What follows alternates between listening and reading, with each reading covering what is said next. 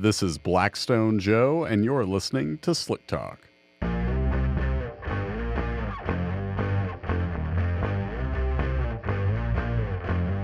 I say I'm an oil man, you will agree.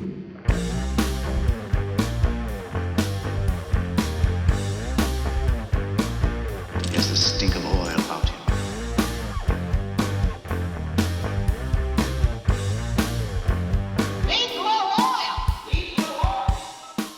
Hello and welcome into Slick Talk. I'm your host, Blackstone Joe, and I'm glad you're here. Recently, a customer asked us whether or not the oil was changed. The thing was, they had taken their truck to the dealership, and when they arrived back home, they checked the oil on the dipstick, and it looked a little dark in appearance for what they expected so soon after having the oil changed. So they wanted to send in a sample and see what the results showed.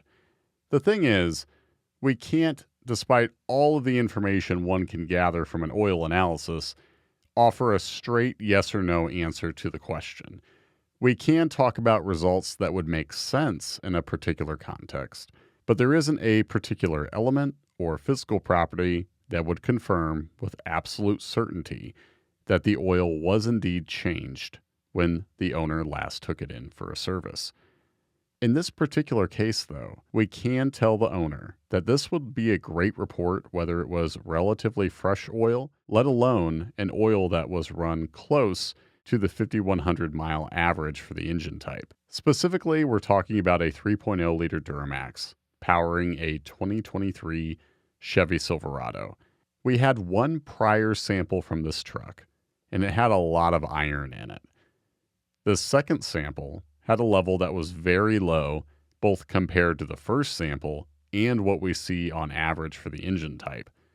It would make sense to me if the iron that we found was mainly carryover from the last fill. Otherwise, it's possible the engine was simply wearing so well compared to averages that it didn't make a lot of iron and steel parts were getting along well. That would be a great outcome too. Unfortunately, the owner had already changed the oil by the time they had sent in the sample, so I couldn't tell them that it was oil that could have stayed in use. Now, this does not offer the yes or no answer they were hoping for, but when we go throughout the report and we look at the metals and we look at the oil's physical properties, I would have no concerns about keeping that oil in the engine and running it longer. Because forget about iron, every metal was low. There's no reason for concern about the wear profile. It looks to me like a sample that could have been relatively fresh in terms of mileage, just enough time for there to be carryover metal from the last fill, along with the traces of metal that are going to be present even in unused oil. And that's part of what makes this a slightly complicated scenario, more so than what I think many customers would assume. When you have metal that's going to be present in unused oil, and you have levels that are going to be carryover from the last fill, you aren't going to start off with the zeros that they might anticipate. This carryover from the previous fill not only affects the metal content, but also the oil's appearance. You're going to have old oil that's lingering in the crankcase. About 20% of one fill carries over to the next, and that can darken the new oil you've just put in. So with that, looks can be a little deceiving. You may have had an oil change done, and that appearance could have been altered relatively quickly. The new oil already picking up some of those combustion byproducts that lingered from the last fill, along with some metal. The main thing is, at least for me, I don't want to see levels that are unusually high in relatively fresh oil. It wouldn't make sense. That would draw into question whether or not there was indeed a service performed.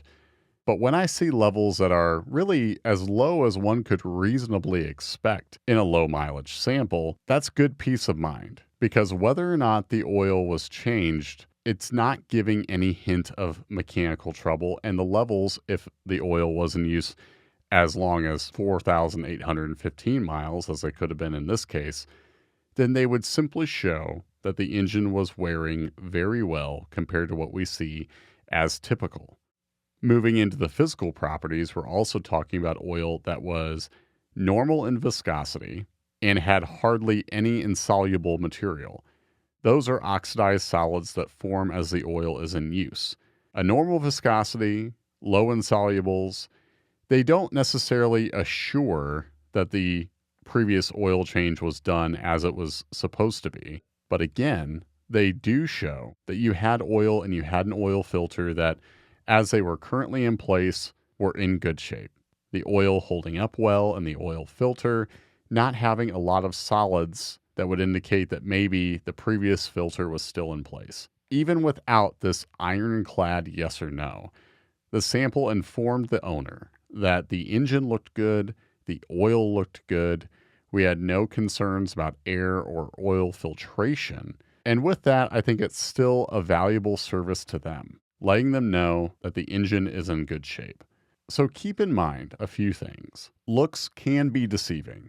Even if the oil appears to have a lot of use, just based on the color, you need to go to the physical properties. Evaluate the viscosity, insolubles, if there's contamination.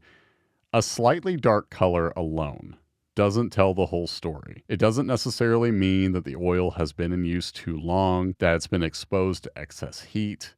If we don't see evidence of that in the physical properties, a dark color alone is exactly that. It doesn't necessarily mean there's a problem brewing, so I wouldn't be so confident that the oil wasn't changed just based on that alone.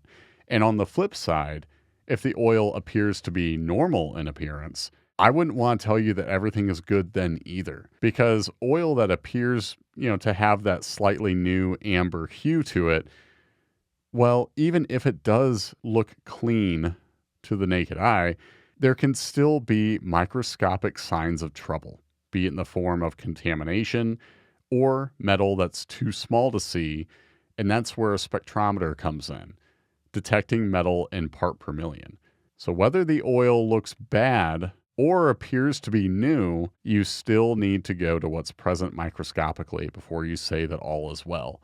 Oil that's fresh out of the bottle, put into an engine that's wearing heavily, well, it can accumulate metal faster than it otherwise would, and as such, I wouldn't want to see an oil left in use for too long just because it didn't appear to be dark or have seen much use. You still need to go to the actual elements present, how they stack up, before assuming an engine is good, regardless of the oil's visual appearance.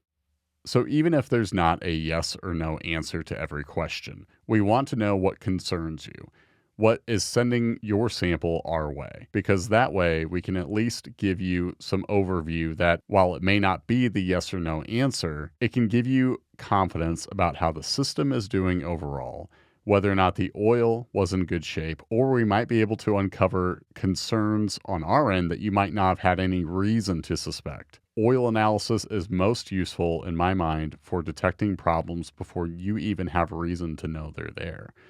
So send in your sample with your questions, and if there is an answer in the elements or the physical properties, we'll be sure to mention that. Some problems do have more of a definitive answer to the question.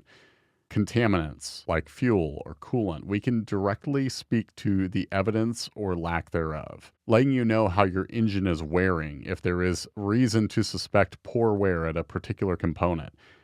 That's a little easier, but even if you find yourself in a situation where there's not a clear-cut yes or no, you can still gain an overview that will give you peace of mind, which is worth a whole lot in our book. That brings today's show to a close. Thank you so much for hanging with me. This is Blackstone Joe, signing off.